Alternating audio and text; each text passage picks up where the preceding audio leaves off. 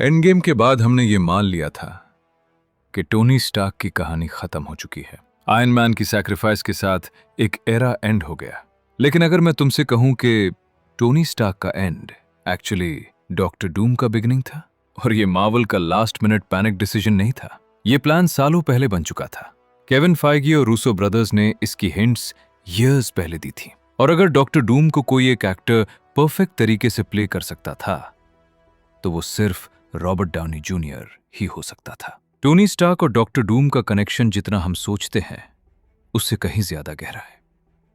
और इस कहानी की शुरुआत होती है अवेंजर्स एंड गेम के एक ऐसे सीन से जिसे लोग नॉर्मली इग्नोर कर देते हैं। टाइम हाइस्ट के दौरान टोनी स्टार्क और स्टीव रॉजर्स 1970 में जाते हैं। वहां एक मिलिट्री बेस पर टोनी की मुलाकात होती है अपने फादर हावर्ड स्टार्क से। पहली नजर में यह सिर्फ एक इमोशनल फादर सन मोमेंट लगता है, लेकिन टोनी वहां कुछ ऐसा नोटिस करता है जो बिल्कुल भी एडअप नहीं होता। हावर्ड स्टार्क कैजुअली मेंशन करता है कि मरिया स्टार्क प्रेग्नेंट है और यहीं पर टोनी का रिएक्शन बहुत अजीब हो जाता है। वो शॉक्ड या इमोशनल नहीं लगता, बल्कि जेन्युइनली कंफ्यूज्ड लगता है। टोनी तुरंत पूछता है, हाउ फार अलोंग? ये रिएक्शन बहुत इंपॉर्टेंट है, क्योंकि अगर टाइमलाइन बिल्कुल सही होती तो टोनी को कंफ्यूजन होने का कोई रीजन ही नहीं था। एमसीयू के ऑफिशियल रिकॉर्ड्स के अकॉर्डिंग टोनी स्टार्क का बर्थ डेट मई 29, 1970 है और एंड गेम का ये सीन सपोजिडली अप्रैल 7, 1970 को सेट होता है। इस हिसाब से मरिया स्टार्क का प्रेग्नेंट होना बिल्कुल नॉर्मल होना चाहिए। लेकिन प्रॉब्लम यह है कि जो डेट स्क्रीन पर लिखी हुई है वो शायद मंथ डे ईयर फॉर्मेट में नहीं, बल्कि डे मंथ ईयर फॉर्मेट में लिखी हुई हो, जिसका मतलब होता है जुलाई 4, 1970। और अगर डेट जुलाई 4 है तो टोनी स्टार्क ऑलरेडी एक मंथ का हो चुका होना चाहिए। और यहीं पर एक छोटा सा डिटेल सब कुछ चेंज कर देता है।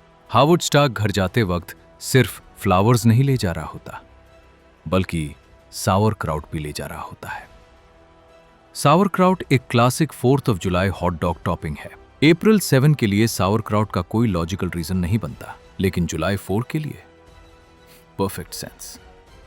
इसीलिए टोनी एलिवेटर में इतना डिस्टर्ब दिख रहा होता है, क्योंकि उस मोमेंट पर टोनी रियलाइज करता है कि अगर ये जुलाई 4 है तो मरिया स्टार्क प्रेग्नेंट नहीं हो सकती।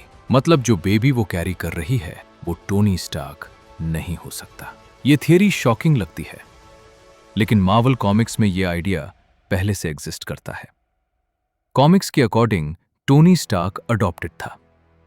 स्टार्क फैमिली का बायोलॉजिकल सन था आर्नो स्टार्क, जो बर्थ डिफेक्ट्स के साथ पैदा हुआ था। हावर्ड स्टार्क ने आर्नो को दुनिया से छुपा दिया। एमसीयू इस कॉन्सेप्ट को एक डार्कर और ट्रैजिक ट्विस्ट के साथ अडेप्ट कर सकता है। और जो बेबी मरिया स्टार्क कैरी कर रही थी, हो सकता है वो विक्टर वॉन डूम हो। विक्टर वॉन डूम का होमलैंड है लाटवेरिया, लेकिन एमसीयू में लाटवेरिया ऑफिशियली एग्जिस्ट ही नहीं करता। सिर्फ एक जगह एग्जिस्ट करती है और वो है सोकोविया। और आयरनी देखो, टोनी स्टार्क के वेपन्स ही सोकोविया को मल्टीपल वॉर्स में डिस्ट्रॉय कर देते हैं। सोचो, एक ऐसा विक्टर वॉन डूम जिसका बचपन स्टार्क फैमिली से छीन लिया गया हो और जो बड़ा होकर अपने ही देश को टोनी स्टार्क के हाथों बर्बाद होता देखे। एक स्टोलन डेस्टिनी बिना किसी गलती के। हावर्ड स्टार्क सिर्फ एक इन्वेंटर नहीं था, वो सुपर सोल्जर सीरम के डेवलपमेंट में डीपली इन्वॉल्व था। कॉमिक्स में हावर्ड अपने बच्चों पर एक्सपेरिमेंट्स करता है। हो सकता है एमसीयू में भी टोनी स्टार्क का माइंड बचपन से ही जेनेटिकली या इंटेलेक्चुअली इंजीनियर किया गया हो। इसीलिए जब हावर्ड कहता है माई ग्रेटेस्ट क्रिएशन इज यू, तो वो लाइन सडनली एक डार्क मीनिंग ले लेती है। स्नैप के मोमेंट पर टोनी स्टार्क कुछ सेकंड्स के लिए गॉड लेवल पावर होल्ड करता है। डिलीटेड सीन्स के according Tony briefly soul world में एंटर करता है। लोकी के एस्केप के बाद ब्रांच्ड टाइमलाइंस एग्जिस्ट करती हैं। हो सकता है कि एक प्रून्ड या इरेज्ड टाइमलाइन का विक्टर वॉन डूम इस स्नैप को फील करता हो, और जब उसकी यूनिवर्स इरेज होती है तो सिर्फ उसकी एस्ट्रल फॉर्म सर्वाइव करती हो। अब इमेजिन करो, डॉक्टर डूम टोनी स्टार्क के डेड और स्कार्ड बॉडी में ड्रीम वॉक करता है। टोनी स्टार्क की सोल जा चुकी है, सिर्फ बॉडी बची है। डूम का स्कार बिल्कुल आयरन मैन के फाइनल बैटल डैमेज जैसा होता है। इसीलिए आरडीजे का डॉक्टर डूम परफेक्ट सेंस बनाता है। ये कोई रैंडम मल्टीवर्सल वेरिएंट गिमिक नहीं है, ये एक पर्सनल स्टोरी है।